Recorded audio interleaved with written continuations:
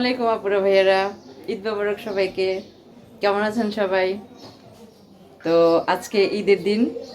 আজকে সকাল থেকে ভিডিওটা শুরু করতে পারি নাই, কারণ হলো মানে রান্না বাড়া ছিল। দেখলেন তো কালকে আমি গরুর মাংসটা রান্না করছি, তারপর হলো সকালে উঠে পোলাও রান্না করলাম। তো আর ঈদের দিন না কেমন একটা কি খাওয়া যাইতেছে না। আপনাদের সবারও কেমন হইতেছে কমেন্টের মাধ্যমে একটু জানাবেন। একদমই খাওয়া যাচ্ছে না। যাই খাইতেছি মনে হয় যেমন পেট ভরা, বা খাইতে পারলেও মানে ওইরকম স্বাদ লাগতেছে না। এখন ভাবতেছি একটা জিনিস খাবো, সেটা খাইলে মনে হয় একটু ভালো লাগবে। তো চলুন দেখি কি কি কি জিনিসটা বানাই আর কি খাই। এখন বাসার সবাই খাবো, আমরা ঘরের সবাই। তো আপুরা ভাইয়ারা, এখন যে জিনিসটা খাবো সেটা হচ্ছে আমি এখন রান্নাঘরে চলে আসলাম, চটপটি রান্না করতেছি।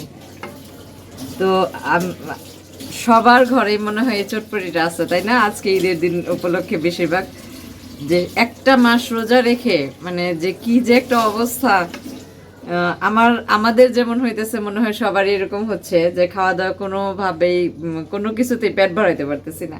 তো এখন দেখি চটপটিটা খেয়ে, ওফ মাশাল্লাহ সুন্দর হয়েছে। দেখেন এই যে, এই সেই আমাদের চটপটি। এই চটপটিটা এখন বানাবো। এখন এটাকে, তারপরে ভেড়া এখন আমি চটপটি খাবো। এই যে দেখেন ফুচকাচ্ছি, আর হলো ওফ গরম গরম চটপটি। এই যে সেই সেই গরম প্লেট, এই যে গরম চটপটি, ফুচকা, ডিম সব কিছুর সাথে মিশাইছি। এখন না, ফুচকা মিশাই নাই, এখন ফুচকা দিব। ফুচকা দিয়া ও সেই স্বাদ আপুরা ভাইয়ারা, সেই স্বাদ। একটু খাই, হ্যাঁ, বিসমিল্লাহ।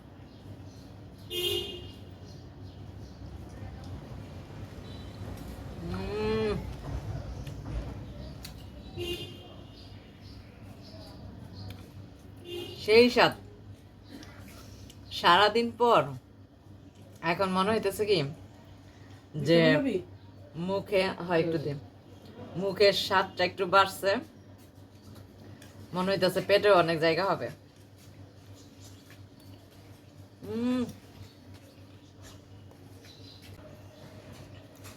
একদম দোকানের স্টাইলে,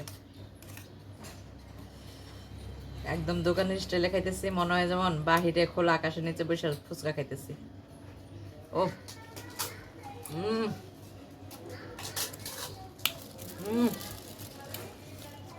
টক টক ঝাল ঝাল। এই ফুচকাটা যেদিন আমি কিনে নিয়ে আসছি না, সেদিন থেকে খালি দিন গুনতেছি কবে ঈদের দিন আসবো, ফুচকা খাবো। অনেক মজা লাগছে, অনেক। আমার ভাইয়ের বউ বাসায় নেই, ওরা গেছে ঘুরতে। আমার ভাইয়ের ছেলেটা খুব কান্নাকাটি করতেছে বাইরে যাওয়ার জন্য। তো ওরা গেছে বাহিরে। এখানে আম্মু, আমি, আমার বোন খাইতেছি, আমার মেয়েটা ঘুমাইতেছে, ও উইঠা খাবে।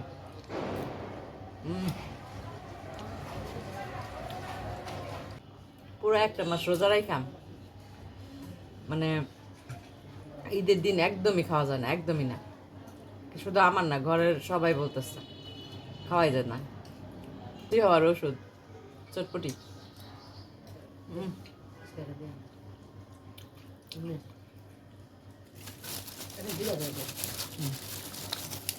না, ওকে বেশি করে দিলাম।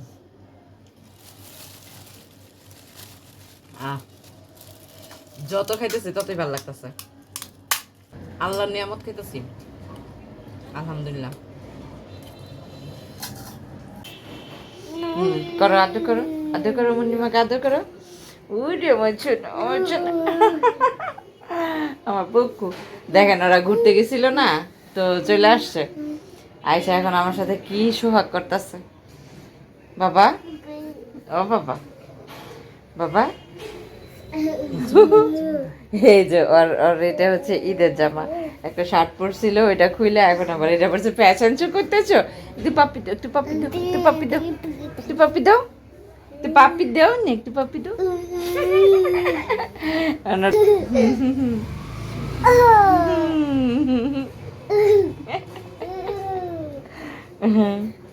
এটা আমাদের কলিজার টুকরা না? তুমি আমার কলিজার টুকরা পছন্দ করতেন খুব,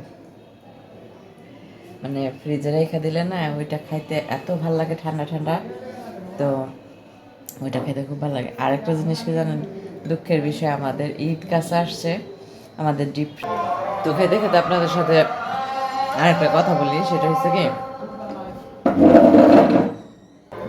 আমার মেয়ের ওর বাপ চাচা ফুবু দাদা দাদি তো নাই, মারা গেছে, কেউ খোঁজ খবর নেয় না, কেউ আমার মেয়ের খোঁজ খবর নেয় না। আমার মেয়ে তো এখন মাশাআল্লাহ সবই বুঝে। তো মানুষ তো একটা খোঁজ খবর নেয়, একটা বাচ্চার একটা পরিবারের মানুষের খোঁজ খবর নেয়, একটা মানুষ খোঁজ খবর নেয় না আমার মেয়ের। অথচ সবাই কিন্তু আমার মেয়ের আমার মেয়ে কিন্তু একবার গিয়েছে ছোট সময়, ছোট না তখন মনে হয় 7-8 পরে, আমার বোন নিয়ে গেছিল, আমার বোন নিয়ে গেছিল। তো গেছে, ওর ফুপুরা দেখছে, ওর চাচারা দেখছে, সবাই দেখছে। তো দেখলে মানুষের মায়া লাগে না বলেন? দেখলে তো মানুষের মায়া লাগে। ওরা কোন ধরনের মানুষ আমার মাথায় আসে না। বলতে নিয়েছিলাম সেটা হচ্ছে যে আমার মেয়েটার খবর কেউ নেয় নাই, কেউ নেয় নাই বলতে যে আজকে কত মানে এই যে ডিভোর্স হওয়ার পরে আমি আমার মেয়েটাকে নিয়ে একদম একা একা আসছি, সেই একদম মানে আমার মেয়ে ডেলিভারি হওয়ার পর থেকে সব কিছু এই পর্যন্ত মানে পড়াশোনার খরচ টরচ যা আছে সব কিছু আমাদের বাসা থেকে আমার মা, বাবা, ভাই, বোন, আমার ভাই তখন ছোট, একদমই ছোট, আমার বোন সবাই আমাকে এই পর্যন্ত নিয়ে আসছে। আজকে ওনাদের দ্বারা আমি এই পর্যন্ত আসছি, আমার মেয়েটাকে এই পর্যন্ত নিয়ে আসছি। কোনো খোঁজ খবর, কোনো খরচপাতি কিছুই দেওয়ার প্রয়োজন মনে করে নেই, কিছুই দেওয়ার প্রয়োজন মনে করে নেই। জানেন না কত কষ্ট করে, কত ঝড় তুফান পার করে আমি এই পর্যন্ত আসছি। আমি একার হাতে আমি মানে সব কিছু কষ্ট সহ্য করে আজকে আমার মেয়েটাকে এই পর্যন্ত নিয়ে আসছি। ওরা আমার মেয়ের বাপ চাচা ফুপুরা কেউ ওর কোনো খোঁজ খবর নেয় নাই, এখনো অবধি, এখনো পর্যন্ত কোনো খোঁজ খবর নেয় নাই। আজকে একটা ঈদের দিন আমার খুব কষ্ট লাগে যে ঈদের একটা দিন যে সারা বছর যেমন তেমন ঈদের দিনটা তো অন্তত মানুষ একজন আরেকজনের খবর নেয় না। ওদের তো রক্তের ছিল আমার মেয়েটা, হ্যাঁ, ওদের বাড়িরই তো আমার মেয়ে, কোনো খোঁজ খবর নেয় নাই, কোনো খোঁজ খবর না। তো যাই হোক, আলহামদুলিল্লাহ আমি আজকে একা নিজের হাতে এই পর্যন্ত আমার মেয়েটাকে নিয়ে আসছি। আপনারা সবাই আমার জন্য দোয়া করবেন, আমি যেন সামনের দিনগুলো আমার মেয়েটাকে ভালো একটা জায়গায় আমি নিয়ে যেতে পারি, সেজন্য আমার জন্য দোয়া করবেন। আল্লাহ যেন সেই তৌফিক আমাকে দেন, ঠিক আছে, সেই তৌফিক দেন। তো যদি মানে খরচপাতি দিত তাহলে তো আমি বলতাম যে খরচপাতি দিচ্ছে, কোনো খরচপাতি দেয় নেই, কোনো খরচপাতি না, কোনো আমার মেয়ে যে ওদের বাড়িতে গেছে, আমার বোন নিয়ে গেছে, তো ওরা তো দেখছে আমার মেয়েটাকে, না, তো মেয়েটাকে দেখছে, দেখলেও তো মানুষের মায়া লাগে, কিন্তু তাদের মনের মধ্যে বিন্দু পরিমাণ মায়া নেই, বিন্দু পরিমাণ মায়া নাই তাদের মনের মধ্যে আমার মেয়েটার জন্য। ঝড় তুফান পার করে এত কষ্ট সহ্য করে এই পর্যন্ত আসছি, একমাত্র আমার মা, আমার বাবার সহযোগিতা, আমার বোনের সহযোগিতা। প্রতিটা ঈদে আমার বোন আমার মেয়েকে ঈদের টাকা, কাপড় চোপড় কেনার জন্য টাকা দিচ্ছে, আমার আব্বু দিচ্ছেন, আমার আম্মু দিচ্ছেন। কোনো কিছুর অভাব আমি ওরে বুঝতে দিইনি, কোনো কিছুর অভাব বুঝতে দিইনি। তারপরে তো আমি চাকরি করছি, স্কুলে চাকরি করছি, তখন স্কুলে চাকরি করে করে ওর পড়াশোনার খরচ চালাইছি। আর ঢাকা শহরে বুঝেনি তো কী পরিমাণ খরচ হইতে পারে, কী পরিমাণ খরচ হইতে পারে ঢাকা শহরে। তো যাই হোক, আল্লাহ পাক সেই তৌফিক আমাকে দিছেন বিধায় আজকে এই পর্যন্ত আসছি, তাই না? আমি আমার মেয়েটার মুখের দিকে তাকে একটা বিয়ে পর্যন্ত করিনি, বিয়ে পর্যন্ত করিনি। আমি আমার সেই একদম ছোটবেলায় 17 বছর, প্রায় 18 বছর বয়সে আমার বিয়ে হয়েছে। ওই বয়সে আমার ডিভোর্স হয়েছে। আমি মাত্র 5 মাস সংসার করছি, মাত্র 5 মাস ছিলাম সেখানে পর্যন্ত। আমারে একটা সুতার দেওয়ার প্রয়োজন মনে কারণে, একটা সুতা না, জানেন কি বলবো, এই দুঃখের কথা। সব কিছু জানতে পারবেন আমার এই ভিডিওতে, সব কিছুই জানতে পারবেন।